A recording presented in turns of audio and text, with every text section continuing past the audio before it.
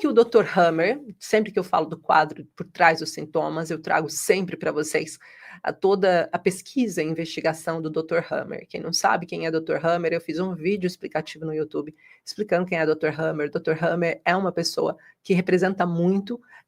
Hoje em dia, tudo que vocês acham que é evolução, sempre que vocês falam de questões emocionais, de trauma emocional, o Dr. Hammer é a pessoa que fez com que nós conseguíssemos entender no corpo de um paciente como era afetado um trauma emocional e cada órgão correspondente a essa situação emocional que foi desenvolvida, tá?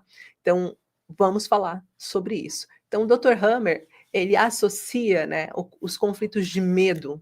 Quando um paciente passa, por exemplo, por uma compulsão alimentar, ele pode estar passando por conflitos de medo, medo de falta de amor, falta de carinho, privação desse mesmo carinho no passado, na infância, e aí eu começo a me alimentar, porque ninguém está me alimentando, então eu faço isso sem pensar, eu quero preencher um vazio, tá? E ao mesmo tempo, pode estar relacionado também a nojos simultâneos que podem estar acontecendo, tá?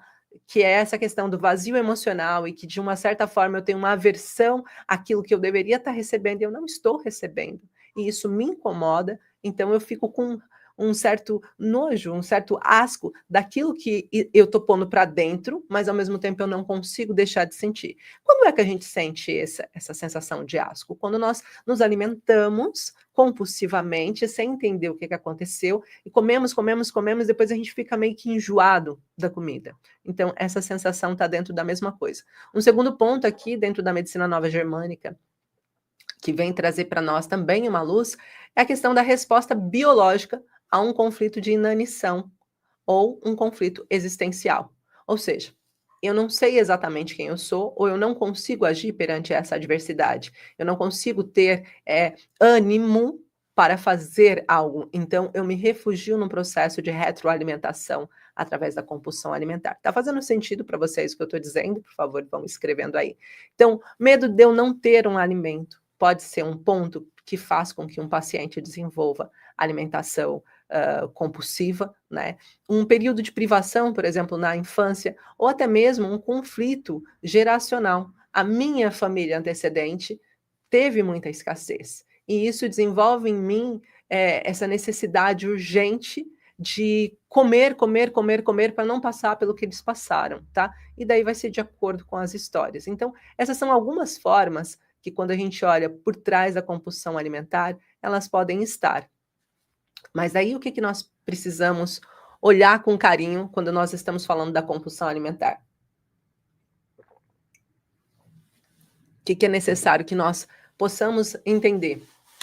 O seu paciente chegou até você, seja o João, seja a Joaninha, ele chega até você com, normalmente, um sobrepeso causado pela compulsão alimentar. Talvez há muito tempo ele tenha essa compulsão alimentar. Talvez essa compulsão ela possa ser em horários mais específicos. Por exemplo, eu tratei uma pessoa que tinha compulsão alimentar e ela, normalmente, às 6 da tarde, é o horário do pico dela. É um pico que ela tinha necessidade de comer e comer e comer e comer e comer e comer.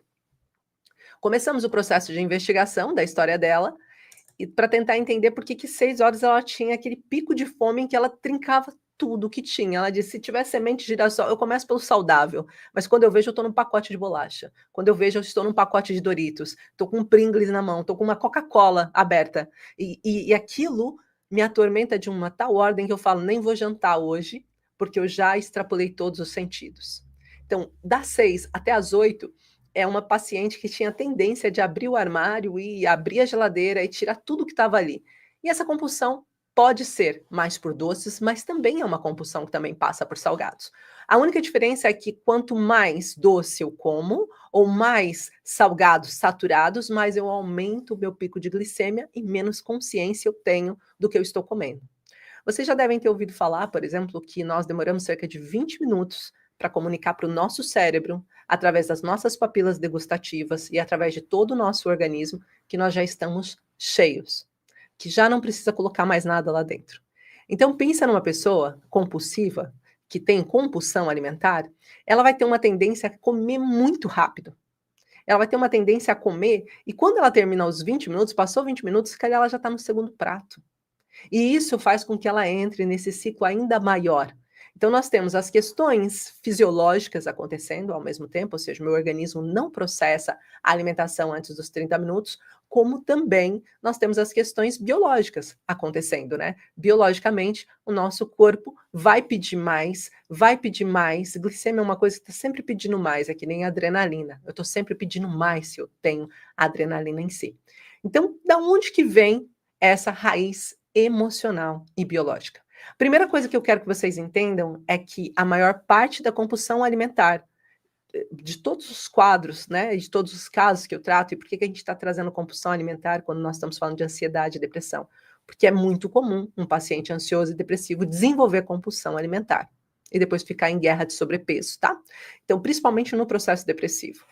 O processo ansioso de impacto vai também trazer essa vontade de comer, vai trazer o S9 bem ativo, depois a gente fala dele, tá? Mas o sentimento de abandono ou rejeição pode ser aquilo que está em cima do foco, pode ser aquilo que está trazendo para o paciente uma necessidade de se retroalimentar. Porque, olha, vamos pensar, sentimento de abandono. O meu paciente foi abandonado. Ele não teve mais contato e carinho emocional de uma das partes dos progenitores ou até mesmo das duas partes.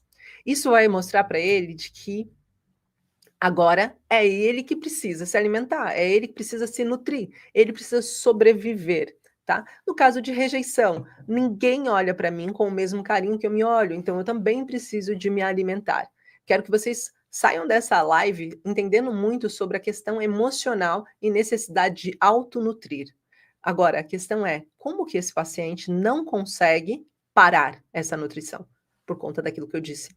Fisiologicamente, o cérebro dele só vai entender depois de 20 minutos que ele comeu. Mas às vezes em 20 minutos ele já comeu muita coisa, tá? E se foi saturados ou doce, isso vai piorar. Por quê? O ser humano tem dentro de você existem dois sistemas autônomos, né? O sistema autônomo parasimpático e o sistema simpático.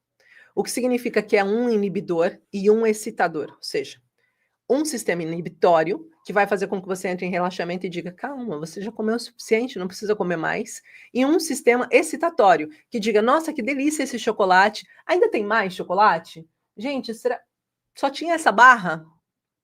Sabe, eu comi tanto, nem percebi que eu comi a barra toda. E muitas das vezes a gente só tem o choque de realidade, mas não tem o choque de saciedade. Ou seja, eu abri a tablet, comi a tablet toda, e quando eu vejo que está no final e que eu comi uma tablet, às vezes daquelas bem grandonas, eu falo: meu Deus, eu acabei de comer uma tablet de chocolate em menos de 15 minutos. Outro exemplo aqui para vocês entenderem. Quando a gente vai no cinema, normalmente vende as pipocas lá fora. Quem já comprou uma medida de pipoca e quando viu, só paramos de comer com o balde vazio e o filme não vai nem a meio, nem chegou ainda no intervalo. Isso é comum acontecer porque o nosso corpo sente o sistema de recompensa, sabe? Aquele carinho. Nossa, que delícia, tô comendo algo tão bom, tô num lugar tão bom, que daí automaticamente ele vai inibir, ou seja, o sistema inibitório. O excitatório vai ser tão grande que você não vai conseguir diminuir o inibitório, tá? Então, entrar no estado inibitório. A saciedade não virá, porque é muito mais prazeroso eu continuar sentindo aquele sabor do que eu simplesmente dizer, ai, já não tenho fome. Ai, já não tenho vontade de comer. Ai, meu intestino já tá cheio, meu estômago já tá cheio, tá? Tá fazendo sentido para vocês?